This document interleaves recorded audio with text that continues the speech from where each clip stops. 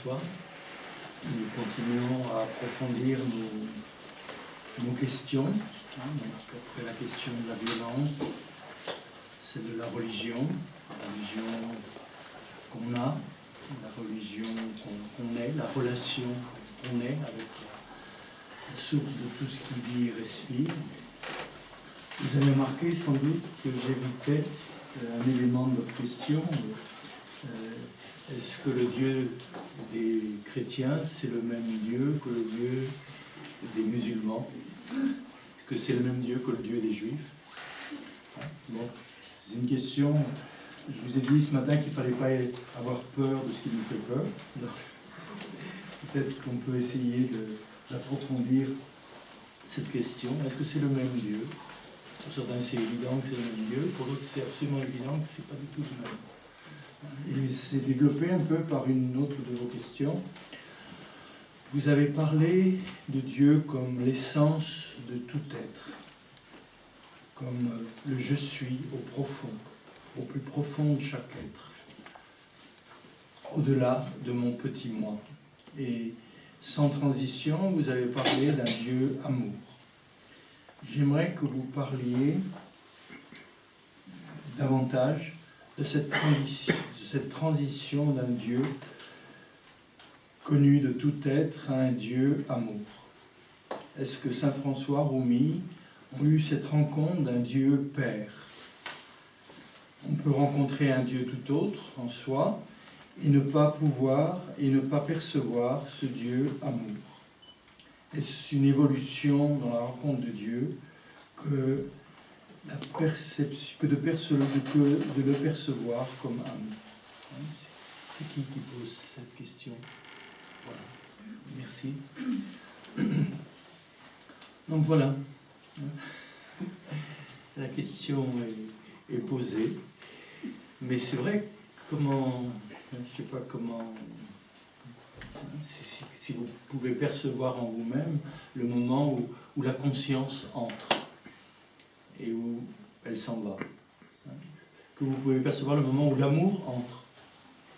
Tout d'un coup, vous êtes animé par l'amour, et puis d'un coup, le moment où l'amour n'est plus là. Par où ça entre, par où ça sort? Par où elle entre la vie? Par où elle entre, par où elle sort? Peut-être qu'elle n'entre pas et elle ne sort pas. Peut-être qu'elle est tout simplement là. Que l'amour, il est dans nos cellules, dans une certaine profondeur, au cœur même de la vie, au cœur même de l'être. Alors est-ce que c'est l'amour qui vient de l'être, ou est-ce que c'est l'être qui vient de l'amour? Là aussi on peut spéculer beaucoup, mais on observe simplement d'où nous vient la vie, d'où nous vient la conscience, d'où nous vient l'amour. Encore une fois, avant toute appartenance à une tradition ou à une autre. C'est à partir de cette observation qu'il faut sans cesse revenir et observer que chez les personnes qui sont d'autres traditions que la nôtre, eh bien, cet amour peut aussi naître, cette conscience peut aussi se manifester, et qu'on n'est pas les propriétaires de l'amour, qu'on n'est pas les propriétaires de la lumière, qu'on n'est pas les propriétaires de la vie. Elle nous est donnée, et c'est à travers ce don, je dirais, communiqué qu'elle se révèle. Mais bon, peut-être qu'il ne faut pas avoir peur d'essayer de mettre en relation, plutôt que de dire en comparaison, de mettre en relation ou en résonance la tradition de l'islam et du christianisme. Donc, on peut écrire sur la page? Non? Oui? Ça s'efface après. Oui. C'est important, parce que le blanc doit rester blanc pour redevenir blanc. La page blanche, vous savez bien, c'est notre conscience. Et cette conscience, elle est habitée par toutes sortes de questions, de mots, de noms de Dieu.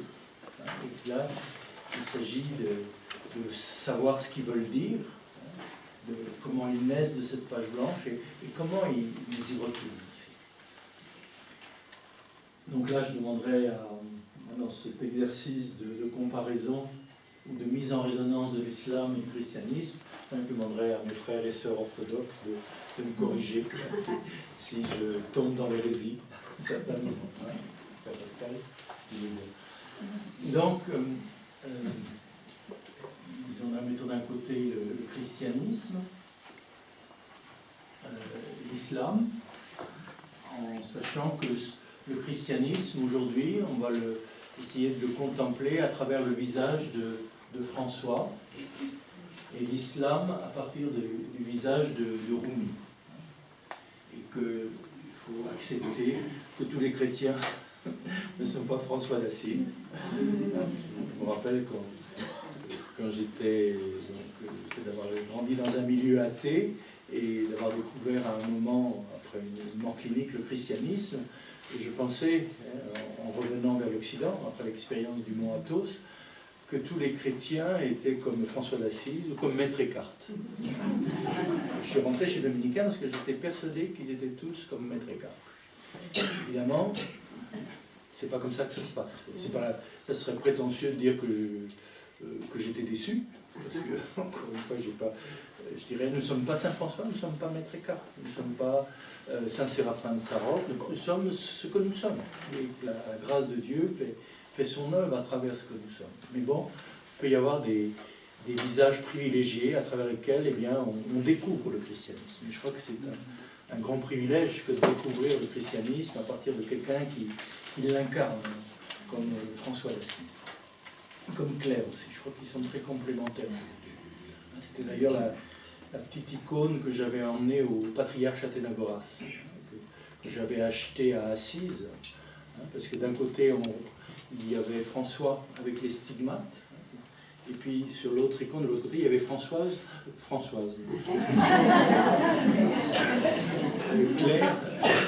Claire transfigurée par la lumière. Je me disais, c'est ça la rencontre de nos deux églises. Une église qui se laisse habiter, je dirais, par l'amour, par la passion du Christ, et comme François, qui dans son corps est débordé par cet amour, et une église qui se laisse habiter par la lumière du Logos, par la lumière qui illumine toutes choses. Et comme Claire a été transfigurée par cette lumière. Et de tenir les deux, ne pas opposer la lumière et l'amour, puisque c'est la même réalité. Mais qu'encore une fois, l'Église d'Orient, effectivement, va davantage développer l'aspect peut-être lumineux de la présence du Christ en nous, et que l'Église d'Occident, à partir de Saint François, va davantage développer peut-être l'aspect douloureux de la présence du Christ en nous, l'aspect crucifié. Mais il faut savoir que c'est à partir de Saint François. Auparavant, eh bien, rappelez-vous ces beaux Christ romans, l'aspect pathétique, je dirais douloureux, crucifié du Christ n'est pas tellement développé dans l'expérience des chrétiens. Mais par la suite, effectivement, il y aura beaucoup de stigmatisés dans l'Église de l'Occident. Autant de signes extérieurs de la présence d'un amour qui nous déborde, qui nous met à la ressemblance de celui que l'on contemple. Donc le Christ du Tabor ou le Christ crucifié. On peut préférer la montagne du Calvaire à la montagne du Tabor, mais l'important, encore une fois, c'est celui qui est à la fois lumière et amour. Donc à travers le visage de François et le visage de Rumi. Là, effectivement, c'est pas le visage des terroristes et des djihadistes.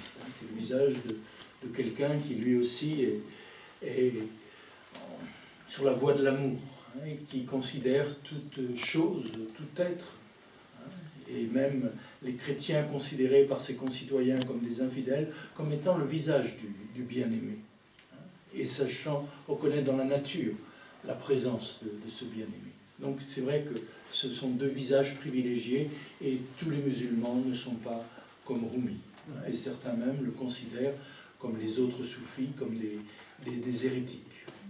Ça, faut se le rappeler. Donc, le christianisme de François et l'islam de Rumi. Donc, dans le christianisme, il y a d'abord cette affirmation, là, on verra demain matin dans le cantique au soleil, Dieu c'est le Très-Haut, c'est l'au-delà de tout, c'est celui qui a tous les noms et qu'aucun nom ne peut nommer. Le Dieu de François, c'est le Dieu de Grégoire de Nazianze. C'est la pure transcendance. Cette pure transcendance qu'on pourrait appeler la déité, comme Maître Eckhart, ou le Deus absconditus, comme je dirais la tradition médiévale. Si on veut mettre des mots justement sur ce qui est au-delà des mots. Donc le Dieu caché, le Dieu non manifesté, innommable, irreprésentable, très haut, très haut. Et en même temps, ce très haut, c'est ineffable, c'est irreprésentable, je dirais dans son essence, dans son caractère au-delà de tout, eh bien, il va se manifester. Donc la déité, le Deus absconditus, là, devient, on pourrait dire, Dieu. On passe de la déité à Dieu. Là, on est dans la manifestation. Là, on est dans la représentation. On parlera du Dieu créateur, du Dieu sauveur, du Dieu unique. Donc là, le mot Dieu, en sachant que ce mot Dieu ne se trouve pas dans la Bible. Vous ne trouverez nulle part dans la Bible le mot Dieu. Vous trouverez Elohim, Adonai, le tétragramme sacré, Yod, He, Vav, He, mais jamais le mot Dieu. Le mot Dieu, c'est du latin. C'est dies, ça veut dire le jour, la lumière. Vous ne trouvez pas le mot théos, sauf dans la traduction de la Septante, le théos, qui est la vision de la lumière.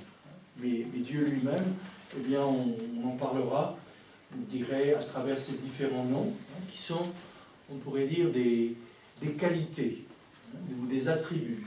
On parlera de Shaddai, donc là, la racine Shad, le sein maternel, la matrice qui fait exister toute chose. On pourrait dire un nom féminin du divin.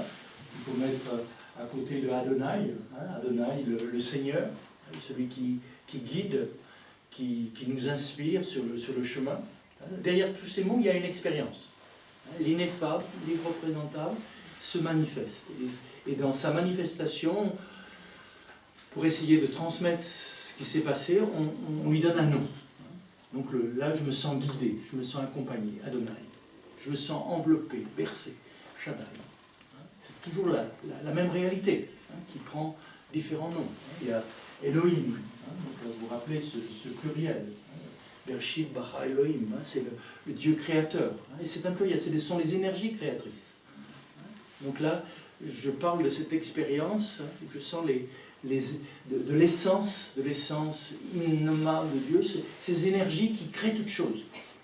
Je me laisse traverser, habiter par ces énergies. Et Elohim, elle, tous ces noms, en rappelant que le grand nom ne se prononce pas.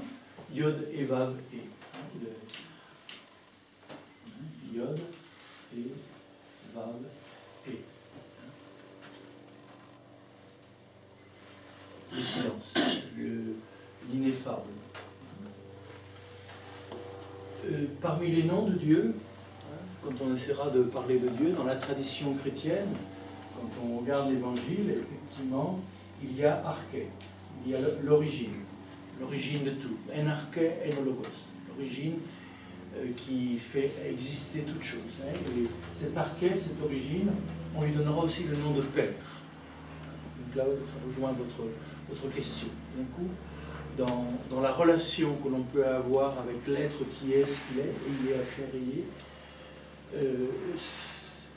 pour essayer d'exprimer ça, c'est comme un père qui nous fait exister, qui nous donne un nom, qui nous fait sortir de la matrice de la nature.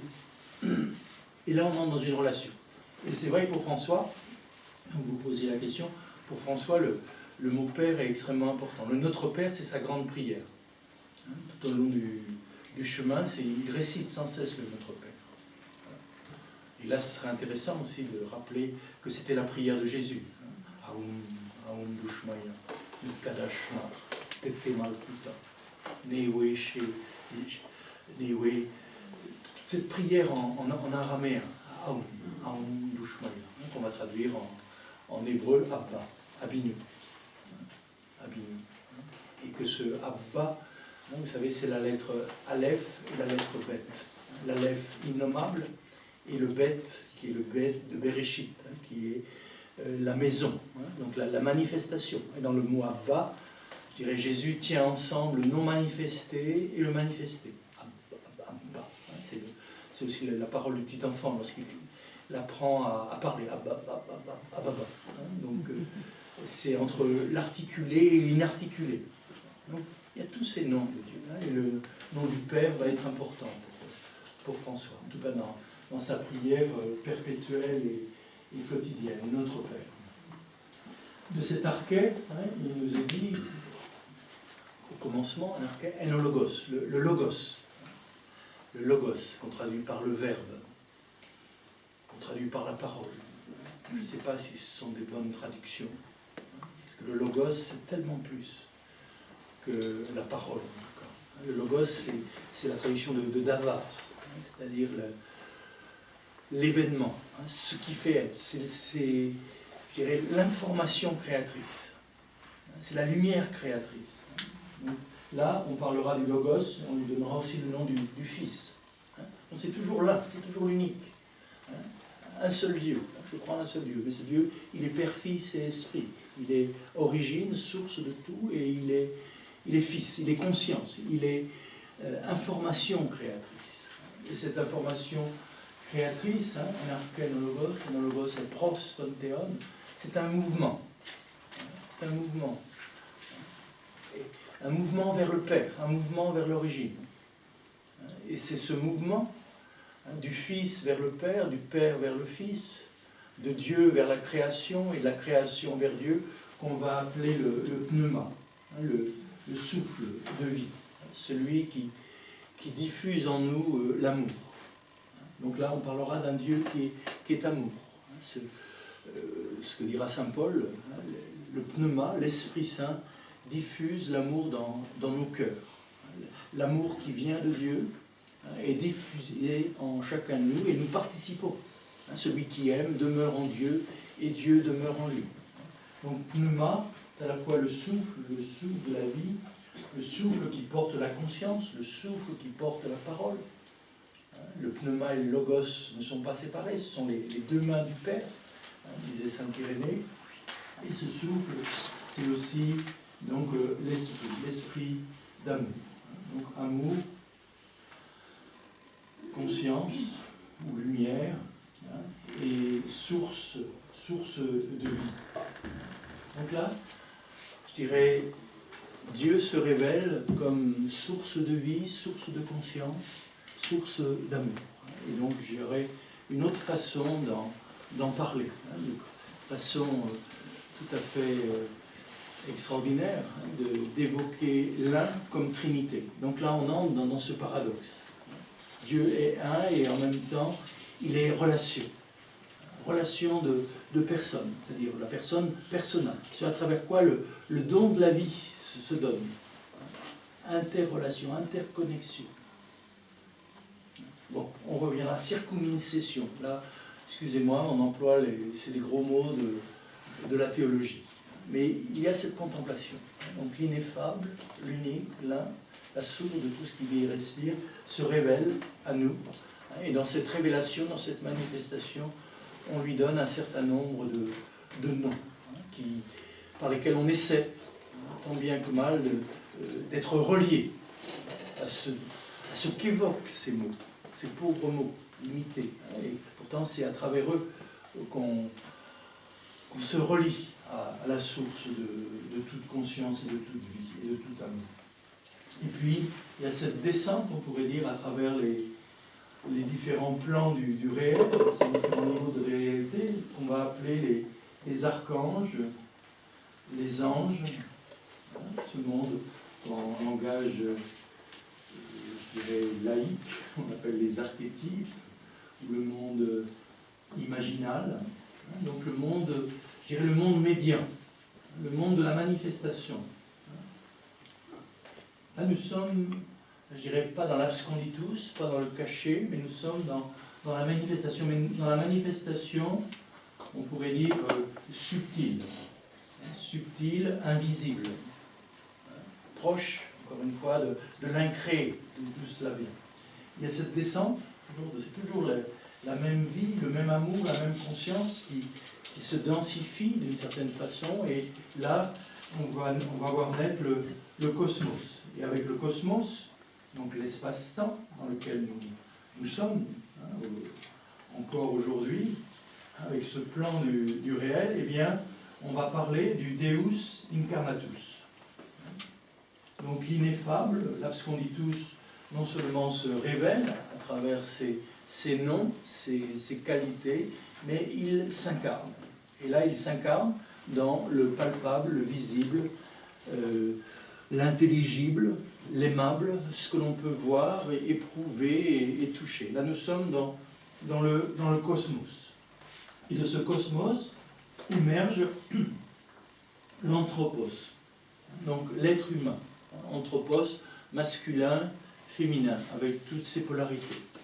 Et avec l'être humain, et avant l'être humain, il y a le monde minéral, le monde végétal, le monde animal. Et de tous ces mondes, le monde humain est constitué. Ça va reconnaître en nous l'animal, le végétal et le minéral. Nous sommes constitués de toute la création. Le cosmos n'est pas en dehors de nous. Nous sommes dedans. Nous sommes une manifestation de ce cosmos. Et à travers ce cosmos, une manifestation du logos, une manifestation de l'arché, une manifestation du pneuma, une manifestation de cet être qu'on reconnaît comme un et trinité, un et multiple. Donc, cette unité dans la diversité qui se révèle.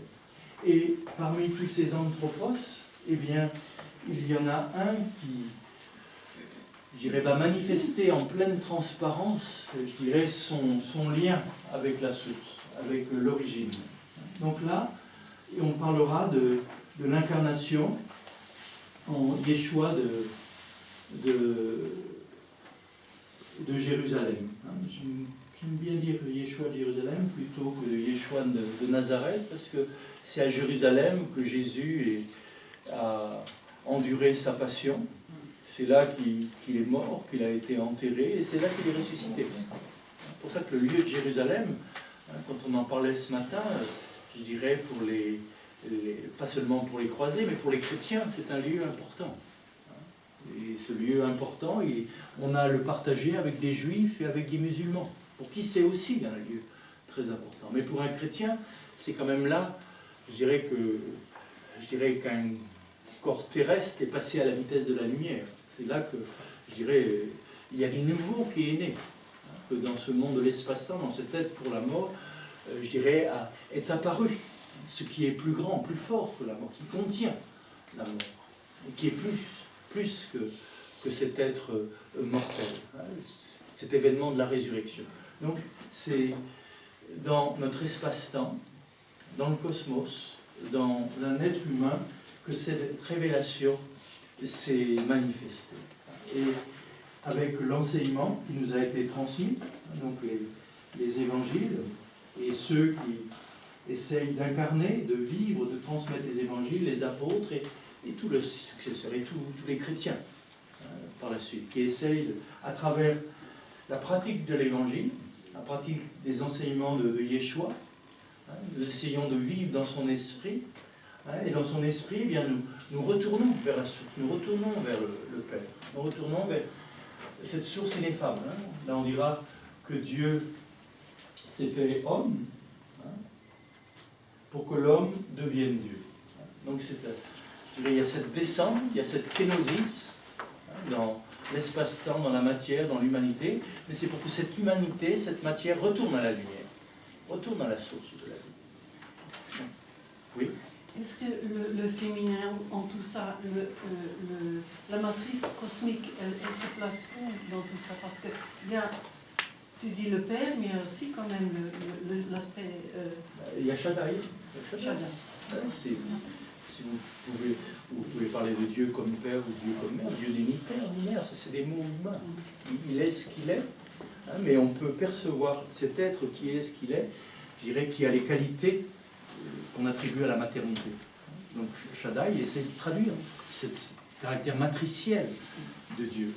Comme le mot père peut traduire le caractère plus proche d'Adonai, de Dieu, celui qui transmet, qui dépose en nous l'information et qui nous guide. C'est à la fois notre colonne vertébrale et je dirais tenir ensemble nos rondeurs et notre structure, tout cela à travers ces mots. Donc, mais c'est vrai que certains disent arrêtez d'appeler Dieu notre Père, appelez-le notre Mère.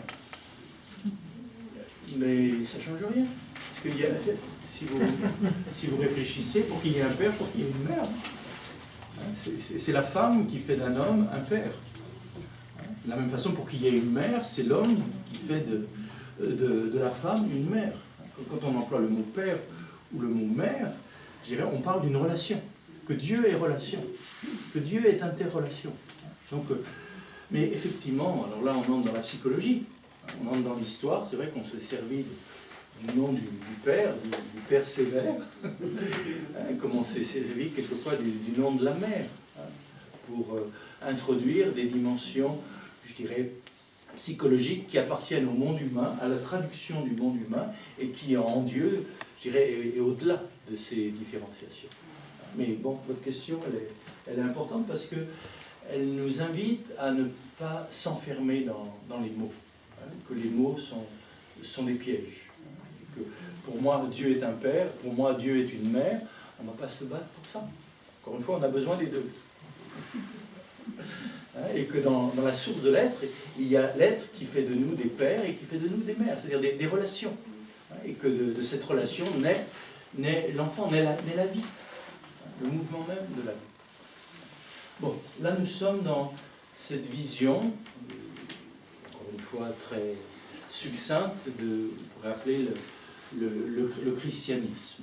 Et chez François, donc on va retrouver vraiment ce sens de la transcendance de Dieu, au-delà de tout. Mais ce Dieu au-delà de tout, je dirais, se manifeste. Et le fait qu'il se manifeste, ça veut dire qu'il y a de l'amour en lui. Si le monde existe, c'est parce que au cœur de l'être, il y a de la bonté. L'être se manifeste gratuitement. Si nous existons, si tout existe, c'est qu'il y a du don à la racine de l'être. L'amour précède l'être, d'une certaine façon. Ce que certains courants de phénoménologie aujourd'hui nous disent aussi, que le peut-être est avant l'être, la possibilité d'être. Et cette possibilité d'être, ce qui donne à l'être la possibilité d'être, c'est ce qu'on appelle l'agapé. Donc là, on fera remonter, je dirais, ce mot amour, je dirais, dans la transcendance même. Mais encore une fois, ce mot amour peut avoir différents niveaux, je dirais, de réalité et d'interprétation. Il insistera sur le nom du Père, comme je vous l'ai dit, mais en même temps, il y a chez lui une dimension tout à fait maternelle, puisqu'il dira aux gardiens, aux responsables d'une communauté, d'être comme des mères. Il leur donnera un nom féminin. Ce qu'on retrouve chez Saint-Séraphin aussi. Un starets, un père spirituel, doit être autant une mère qu'un père. Donc avoir autant de tendresse que de discernement. Et qu'on a besoin des deux. Et le monde des anges et des archanges, bien sûr, pas très présent dans sa louange, puisque le moment de la liturgie, l'œuvre commune, c'est non seulement on prie avec ses frères, mais on prie aussi avec tous ces mondes intermédiaires, tous ces niveaux de conscience, tous ces niveaux de louange, on peut dire. Là, il est dans une cosmologie, je dirais, où la terre, le ciel, le monde terrestre et le monde angélique ne sont pas séparés. Et chez lui, la manifestation de Dieu, c'est aussi dans le cosmos. D'une certaine façon, le cosmos est un premier corps de Dieu. Est un corps végétal, un corps animal, un corps... Il y a toute cette dimension-là où il reconnaît la présence de Dieu. Puis il le reconnaît encore davantage dans la présence, je dirais, du lépreux, du malheureux. Parce que là, il y reconnaît son Seigneur. Il y reconnaît le Christ crucifié. Et cette vision, il va la contempler jusque dans ses ennemis. Là, l'amour n'est pas aimé, n'est pas respecté. Comment faire pour l'éveiller? Bon, là, nous sommes avec François. Avec Rumi, eh bien, on va parler aussi je dirais, du Deus absconditus, de la pure déité, le Dieu qui est au-delà de tous les noms. Vous vous souvenez que dans le Coran, il y a 99 noms de Dieu et que le 100e est silencieux. Donc, encore une fois, quand on parle de Dieu, là, chez les mystiques, et particulièrement donc chez Rumi, mais chez bien d'autres, l'affirmation de la transcendance de Dieu. Dieu est transcendant, au-delà de tout. On ne peut rien en dire. Alors là, il y aurait vraiment beaucoup de citations à faire. C'est l'incomparable, c'est l'innommable. Tout ce qu'on dit, c'est toujours à partir de sa manifestation. Mais le non manifesté, on ne peut rien en dire. Le silence, son essence demeure cachée. Cette distinction entre l'essence et l'énergie, entre la transcendance et l'immanence, c'est vraiment quelque chose de commun entre le christianisme et l'islam. Donc là, c'est vrai que Grégoire Palamas, qui a insisté, mais à la suite de Grégoire de Nice et d'autres, sur cette distinction en Dieu entre l'essence ineffable et les énergies, l'essence du soleil, inaccessible, et les rayons du soleil, c'est un seul soleil, un même soleil. Donc l'énergie de Dieu dans la création, c'est bien la présence de Dieu, c'est une présence réelle. Mais en même temps, Dieu est inaccessible, transcendant, c'est l'essence. Et il faut savoir que Grégoire de Palamas, je dirais, il a souvent parlé de cela au moment où il était fait prisonnier par les musulmans, justement. Il y a eu toute cette époque. Et comme François, il a eu des dialogues à ce niveau-là. Et c'est vrai que c'était un point où le dialogue était possible. À la fois notre Dieu, là on peut parler en tant que musulman et en tant que chrétien, notre Dieu est totalement transcendant, au-delà de tout, innommable, irreprésentable, et en même temps, il se manifeste. Il nous révèle, c'est le Deus, je dirais, révélatus, donc la manifestation. Et là, il va prendre un nom. Donc là, le grand nom dans la tradition de l'islam, c'est Allah, donc, avec les racines sémitiques qui nous renvoient au nom de Elohim. Elle, littéralement, c'est une direction. Ce n'est pas une définition. C'est intéressant de voir quelqu'un comme Rilke disait que Dieu, c'est une direction. C'est un mouvement vers.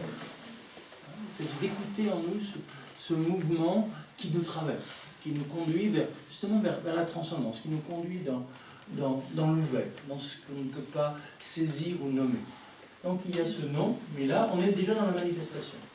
Dès qu'on parle de Dieu, on est dans la manifestation. Pour ça, je vous disais tout à l'heure, l'important, ce n'est pas ce que l'on connaît, c'est ce qu'on ne connaît pas. C'est l'essence. On a cet inconnu en commun. Mais dès qu'on emploie des mots, des noms, on parle des langues différentes, et on ne met pas tout à fait les mêmes réalités sur le même nom. Là, effectivement, on l'a vu dans la Bible, il y a une dizaine de noms de Dieu. Donc dans l'islam, il y a les 99 noms. Et ces 99 noms, eh bien, ce sont des qualités divines. Des qualités, ou ce qu'on appelle les attributs. On ne connaît l'ineffable, l'irreprésentable qu'à travers ces attributs, à travers ces manifestations. Et dans l'islam, on dira à travers ces anges. Ces anges qui sont les envoyés. Les envoyés du silence. Ce qui manifeste, je dirais, le non manifesté. C'est le visible, non, c'est pas encore le visible, c'est ce monde intermédiaire, justement. Et chez Sohrawardi, chez Attar et les autres, ce monde intermédiaire est particulièrement vivant, et plus réel que cet espace-temps dans lequel nous vivons. C'est pour ça que les mystiques soufis vivent beaucoup dans ce monde intermédiaire, ce monde des visions. Comme François. J'ai insisté ce matin sur toutes ces visions qu'il avait, qui orientent son chemin, qui sur la route de Spolète, eh bien, l'arrête. Et là, il écoute ces visions, il écoute cette voix qui lui vient de ce monde intermédiaire. Donc ce respect du monde imaginal, dans une tradition et dans l'autre. sur ces grandes qualités, ces attributs, eh bien, on retrouverait effectivement des qualités qui sont aussi vénérées et adorées dans le christianisme. Le al-haq que j'évoquais tout à l'heure, eh bien, c'est le réel, c'est la vérité. Je suis est la vérité. Il y a le ressuscité, il y a le vivant. Il y a aussi ces noms contradictoires qui insistent sur les aspects terrifiants de Dieu et sur les aspects, je dirais, davantage de tendresse de Dieu. Dans l'islam, il y a à la fois cette voie de beauté et cette voie de rigueur. Comme dans la tradition juive d'ailleurs, le tzaddik, la voie de l'étude, de la rigueur, et puis le chassidim, le chassid, où là c'est davantage la dévotion et le cœur. Où dans la tradition chrétienne, vous vous souvenez, ce sont les deux yeux de l'icône du Christ, cette belle icône qui est dans le couloir, j'irai près de chez nous. Oui, on représente le Christ avec un œil sévère et avec un œil doux. Pour essayer de transmettre justement qu'en Dieu, il y a à la fois la rigueur et la tendresse, la vérité et la miséricorde. Donc, ça, ce sont tous les noms de Dieu. Et c'est une belle pratique dans le zikr, dans la répétition du nom, de se répéter, c'est ce qu'on dira les plus beaux noms. Parce que chaque nom est une énergie. Là, nous sommes dans le rayonnement. Donc, le cœur du soleil est inaccessible, mais chacun de ces rayons eh bien, est un nom. Et chacun de ces rayons, c'est une énergie.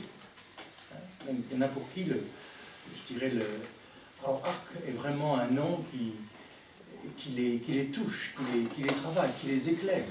Pour d'autres, c'est davantage des noms de bonté, le miséricordieux, Rahman. Donc là, on va retrouver, avec Rahman, je dirais l'équivalent un peu de Shaddai, la matrice. Donc, Rahman, c'est la matrice, c'est la mère, c'est le sein maternel. C'est ça qui peut sembler curieux, parce que là, chez les musulmans, on pourrait dire qu'ils ne croient pas en Dieu Père. C'est un nom qu'ils ne donnent jamais à Dieu, Abba. Par contre, l'importance au nom de Dieu le miséricordieux, il y a la dimension de la mère qui insiste.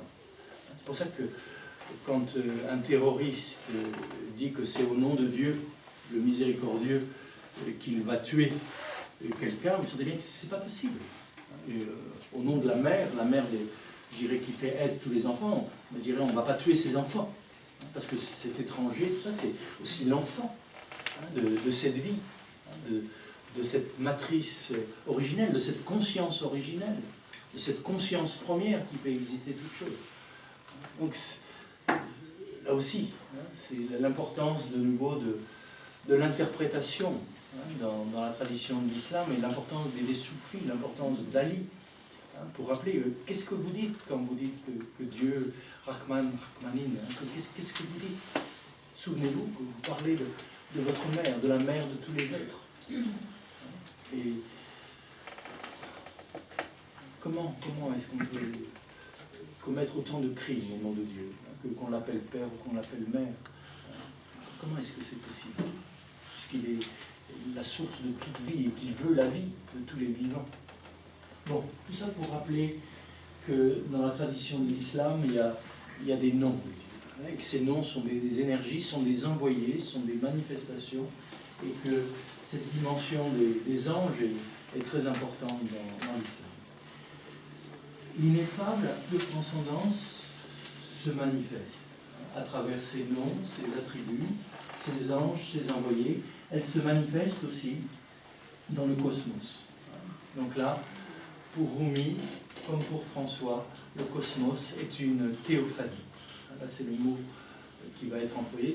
Toute chose est une manifestation de Dieu. Dieu, nul ne l'a jamais vu. C'est ce que dit Saint Jean. Dieu ne l'a jamais vu. C'est le Fils qui nous fait connaître. Le cœur du soleil, nul ne l'a jamais vu. On ne connaît le cœur du soleil qu'à travers ses rayons. Mais chaque rayon, c'est bien le soleil. Donc Dieu, nul ne l'a jamais vu. C'est à partir, là on dira que c'est à partir du cosmos, à partir de la création qu'on va le connaître, qu'il se révèle et que chaque chose nous parle de lui. J'espère qu'on aura le temps pour citer quelques paroles de Rumi, quand il évoque cette louange cosmique, que tout chante, tout crie la gloire de Dieu. C'est le langage du ciel. Donc l'importance du cosmos. Et est-ce qu'on va arriver dans la tradition de l'islam à cette notion d'un Deus incarnatus? Alors c'est là, je crois qu'il y a une différence, c'est que, je dirais, la parole créatrice s'incarne pour un musulman dans le Coran. Mohammed n'est pas l'incarnation de Dieu.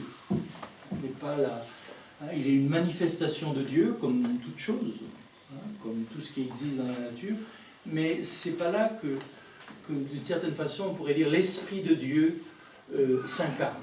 Il s'incarne dans le Coran. C'est pour ça que le livre prend, dans la tradition musulmane, cette dimension sacrée. Le Coran, c'est vraiment la parole de Dieu, et la parole reçue dans un esprit vierge. Certains parleront d'une immaculée conception du Coran. Que l'esprit de Mohammed était un esprit vierge. Et que dans cet esprit vierge, dans cette page blanche, eh bien, c'est inscrit en lettres de feu la parole du Coran. Bon, à ça, bien sûr, n'importe qui réfléchit un peu dira que l'esprit de Mohammed n'était pas vierge, du moment qu'il y a du langage. Du moment qu'il y a une langue, un langage, la langue arabe, ça appartient à une culture, à une certaine civilisation. Et que dans une langue, on ne peut pas dire ce que l'on dit dans une autre, c'est jamais tout à fait la même chose. C'est pour ça qu'on dira que le Coran est intraduisible, parce que c'est une parole révélée par Dieu au monde arabe, qui n'avait pas de révélation écrite. Donc il n'y avait pas la Torah, il n'y avait pas les évangiles. Donc là, je dirais, le peuple arabe va recevoir cette manifestation bienveillante de Dieu à travers le Coran. Donc souvenez-vous, pour un musulman, le Coran, c'est ce qu'il y a de plus sacré. On ne peut pas y toucher. C'est pour ça que c'est très difficile, le dialogue à ce niveau-là. Et que c'est important de rappeler qu'encore une fois, Dieu ne parle pas. C'est l'homme qui le fait parler. Et si Dieu parle, il parle à travers un être humain. Et s'il parle à travers un être humain, ça prend toutes les limites de cet être humain, de sa culture, de sa langue, de son psychisme. Et le psychisme de Mohammed, c'est quelque chose aussi. C'est un enfant orphelin, il a toute une histoire. Toutes sortes d'histoires d'amour avec Khadija, qui était son aîné de beaucoup d'années, et qu'il l'a porté d'une certaine façon, dans ses épreuves de prophète, parce que quand il était dans les cavernes là près de la Mecque, il se demandait s'il n'était pas fou. Parce que l'ange, voilà, un ange qui va être important dans la tradition de l'islam, c'est Gabriel. C'est lui qui annonce le Coran. Vous sentez bien? Là aussi, vous allez me dire, mais ça, moi, ça me rappelle quelque chose, Gabriel. Et la Vierge Marie, qui reçoit l'incarnation du Verbe, le Logos qui s'incarne en elle, dans son silence, dans sa pureté. Et là, effectivement, on sent bien que dans toutes les paroles du Coran, il y a non seulement beaucoup de paroles de la Torah, de la tradition juive, mais il y a beaucoup de paroles de l'Évangile. Et là, il ne faut pas, je dirais d'un point de vue historique, on ne peut pas dire que Mohammed était vierge, parce qu'il a rencontré des amis de Khadija qui étaient des moines nestoriens. Ça serait intéressant d'étudier le Coran depuis ce point de vue, parce que la christologie du Coran, c'est la christologie nestorienne. On reconnaît le Christ comme homme, comme prophète, mais on ne reconnaît pas en lui, comme dans l'évangile de Jean, la présence même de la divinité. Et qu'à un certain niveau, eh bien, on se ferme, je dirais, à cette possibilité que Dieu aille jusque dans les profondeurs de la matière humaine, de la matière mortelle. Parce que le Christ a vraiment souffert et est vraiment mort. Parce que pour un musulman, il y a quelque chose d'impossible. Donc là, vous sentez la différence. Pour nous, ce qui est le plus sacré, donc pour un chrétien, ce qui est le plus sacré, c'est le corps du Christ, c'est son visage, son incarnation, et que c'est à travers lui que nous est transmis la beauté de Dieu, la révélation de Dieu, de qui est Dieu. Dieu nul ne l'a jamais vu. Le Fils, lui, nous le fait connaître. Il nous le fait connaître pas seulement à travers son enseignement, les informations qu'il nous communique, mais par son attitude, par sa vie et par sa mort. Il nous fait l'exégèse, exégésato, à travers toute sa vie. Là, c'est le livre du Coran, dont il faudrait faire aussi l'exégèse. Et que aujourd'hui, on n'en est pas encore là. Je crois que toutes ces recherches de critique que dans le christianisme et dans le judaïsme a pu se développer durant toutes ces dernières décennies et centaines d'années, c'est très difficile d'aborder le Coran de cette façon-là. Parce que c'est, encore une fois, une parole sacrée, on ne peut pas y toucher. On ne peut pas y toucher à la moindre lettre. Et pourtant, c'est une parole humaine. Et comme je vous le disais tout à l'heure, je dirais, il y a des moments où, effectivement, c'est même très humain. Vous vous souvenez que dans les premières révélations, par exemple, Mohamed demande la modération à l'égard du vin. Mais le vin est une bonne chose, on a le droit de boire du vin, il n'y a pas d'interdit. Et que, après certaines circonstances, quand on a vu un des proches de Mohamed vouloir présider la prière en état d'ébriété, et que là il n'arrivait plus à prononcer la shahada, et à partir de ce moment-là, eh bien, Dieu a dit pas de vin. Pour l'histoire du voile, c'est un peu la même chose. À l'origine, le voile, je dirais, c'était pour que les filles et les femmes, surtout du prophète, puissent, lorsqu'elles vont aux toilettes, être tranquilles, puissent se cacher. L'origine triviale, historique, je dirais, de tout ça. Et après, donc, on peut y mettre toutes sortes de symbolismes, et de beaux symbolismes, qui sont tout à fait intéressants.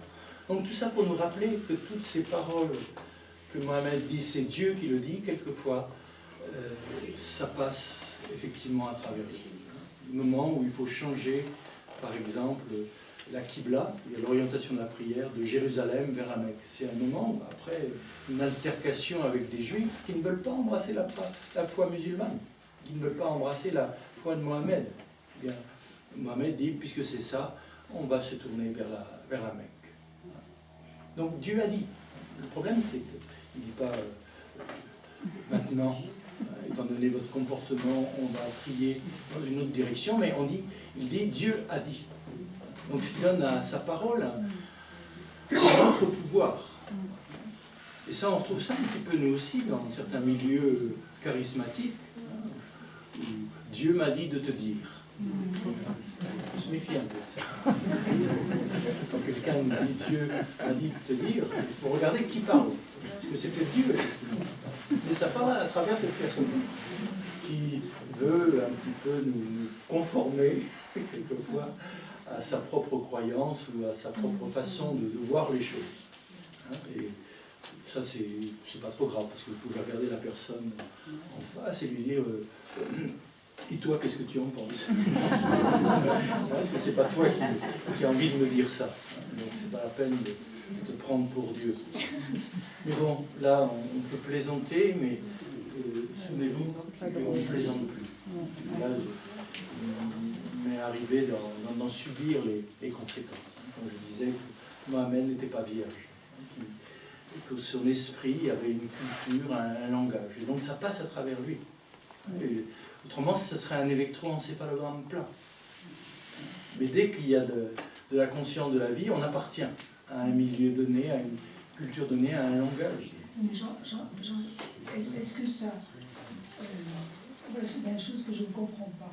Comment? Il y a une chose que je ne comprends pas, c'est que, en fait, Mohamed a reçu, semble avoir reçu, je veux dire, ce message en arabe, mais c'est quand même un message qui vient de la Torah et du christianisme. Bon. Et qu'est-ce qui fait qu'il a voulu imposer cette religion par la violence, par la guerre?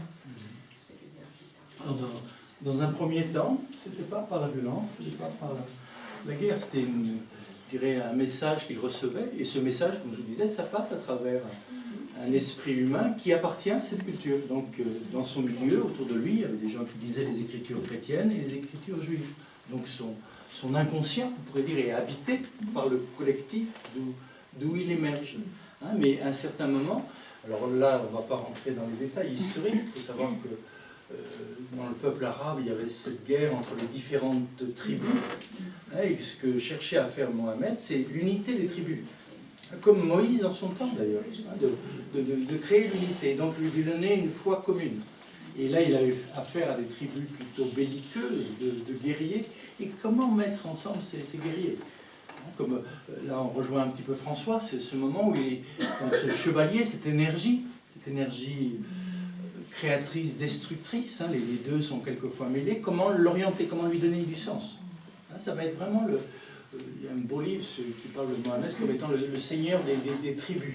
Est-ce que chez les musulmans, on dit musulman, ça veut dire soumis à Dieu? Oui. Oui. Mais soumis de chez soumis.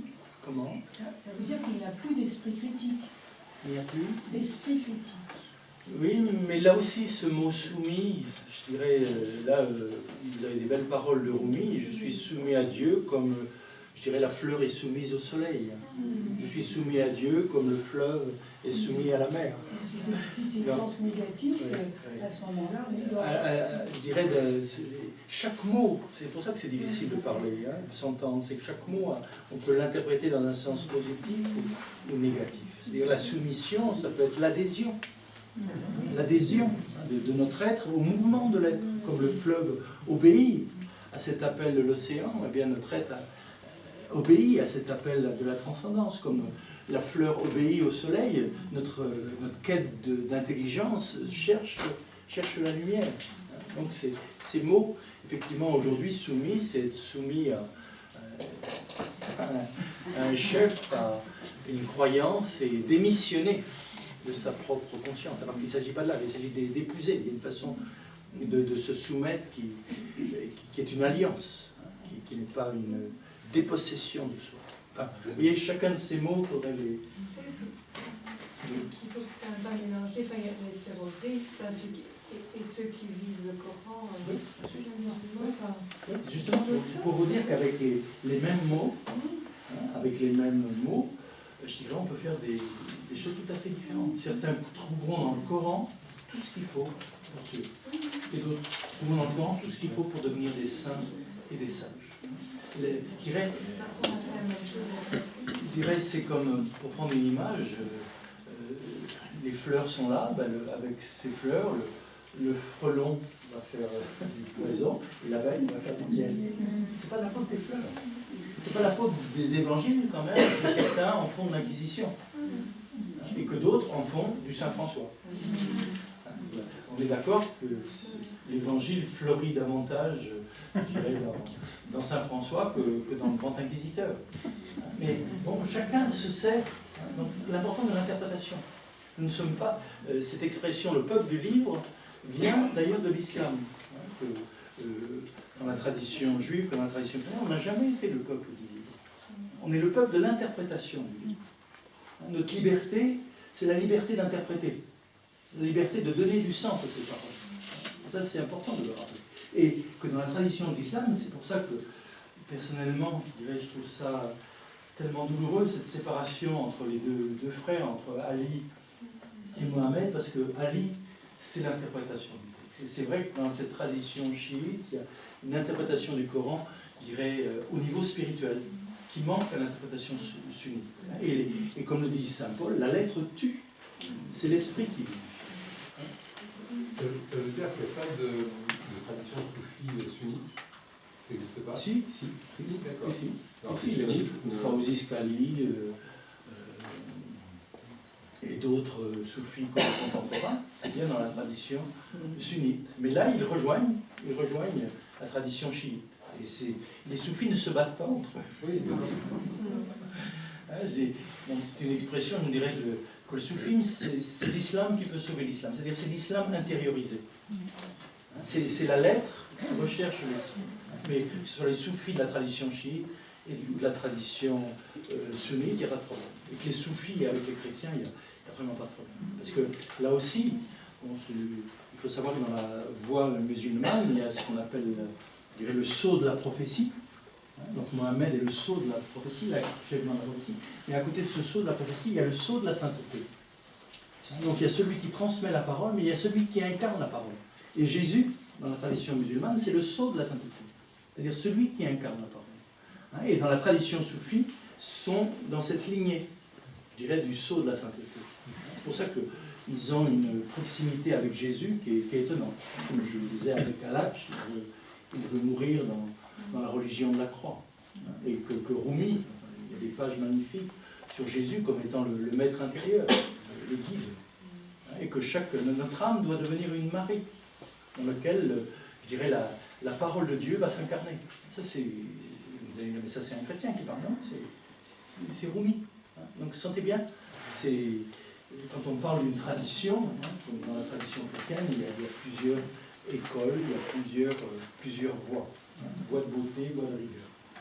Donc, le Coran, donc transmis par Mohammed, et donc là, avec une admiration pour Mohammed particulière et comme étant le sceau de la prophétie, celui qui nous transmet la parole de Dieu. Mais la parole de Dieu, c'est le Coran. Donc là, on est dans quelque chose de différent. Mais le but, alors c'est là que Rumi est précieux, c'est de nous rappeler que, je dirais, c'est de nous rappeler au retour. C'est-à-dire que le Coran, c'est littéralement, c'est un appel. C'est un appel qui nous dit reviens, retourne à Dieu, retourne à ton Créateur, retourne à la source de ton être. Et le chant qui est en toi, c'est le chant de la nostalgie. Ce qu'on évoquait ce matin, cette nostalgie. Et certains font remonter le nom d'Allah, justement, comme une espèce d'appel de nostalgique, où on recherche la source. Et invoquer son nom, c'est nous rapprocher, nous revenir vers la source. C'est le mouvement du retour. Donc lui aussi appelle au retour, à la métanoïa, à la conversion. Donc là, je dirais, entre les soufis et les chrétiens, je crois qu'il y a des résonances. Et qu'à travers des formes différentes, eh bien, on pourrait s'entendre et s'écouter. Et toute la question, c'est de s'écouter. Et d'écouter le temps qui passe. Donc, je crois qu'il est déjà plus de 18 heures. Donc peut-être qu'il s'agit d'arrêter de parler, non pas de penser, non pas de réfléchir, et surtout de nous préparer, je dirais, à la célébration. Donc, comme je vous l'avais promis, peut-être on peut terminer par une parole de Rumi, qui invite à cette louange cosmique. C'est-à-dire que pour lui, donc le but, la fonction du Coran, c'est de nous ouvrir les yeux à la présence de Dieu qui est en toutes choses. Les 7 cieux et la terre et ceux qui s'y trouvent le glorifient. Et il n'est aucune chose qui ne le glorifie. Mais vous ne comprenez pas leur glorification, leur langage. N'as-tu pas vu que c'est devant Dieu que se prosterne jour et nuit le palmier, et la lune, le soleil, les étoiles, les montagnes, les arbres, tout le loue et le vénère, et le tonnerre chante sa louange, mais aussi ses anges. Donc là, de nouveau, il énumère chaque chose. Qu'est-ce qui ne loue pas Dieu? Tout ce qui existe, je dirais, monte vers lui et le célèbre. Et Dieu sait ce qu'ils font. Donc il y aura beaucoup de passages à citer en écho avec le cantique des créatures de François. Mais pour Rumi et pour la tradition musulmane soufie, toute chose glorifie Dieu. Et que la fonction de l'homme, la mission de l'homme, c'est d'élever les bras. hein, c'est-à-dire de recueillir la louange de toute la création et de l'élever vers Dieu. Vous me direz, mais ça, ils l'ont pris à la tradition chrétienne, à la tradition monastique chrétienne. Peut-être. De la même façon que la prière 7 fois ou 5 fois par jour. Hein, c'est la prière monastique, ce sont les grandes heures. Hein, donc, mais là, c'est le monde entier qui doit devenir un monastère, pas simplement chez les moines. Donc ce rythme cosmique, eh bien l'introduire aussi dans la vie humaine. Et introduire ce rythme, c'est introduire la célébration et la louange. Et c'est ce que nous allons, je dirais, vivre dans ce moment de liturgie. Mais avant d'y entrer, peut-être nous souvenir de ce silence, de cet au-delà de tout, d'où naissent toutes les existences, d'où naissent tous ces noms que l'on donne à l'absolu, à l'infini. Et tous ces noms sont à respecter. Et qu'à travers ces noms, c'est un peu l'énergie de Dieu qui nous est transmise. Son essence cachée qui se révèle pour que nous la vivions.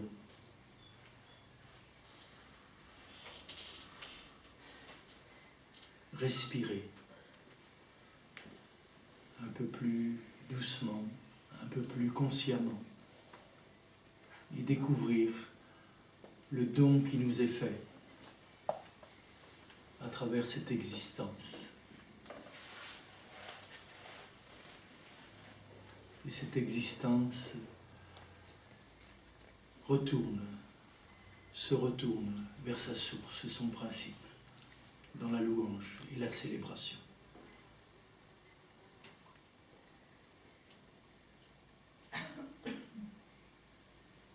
Que son nom, manifesté ou caché,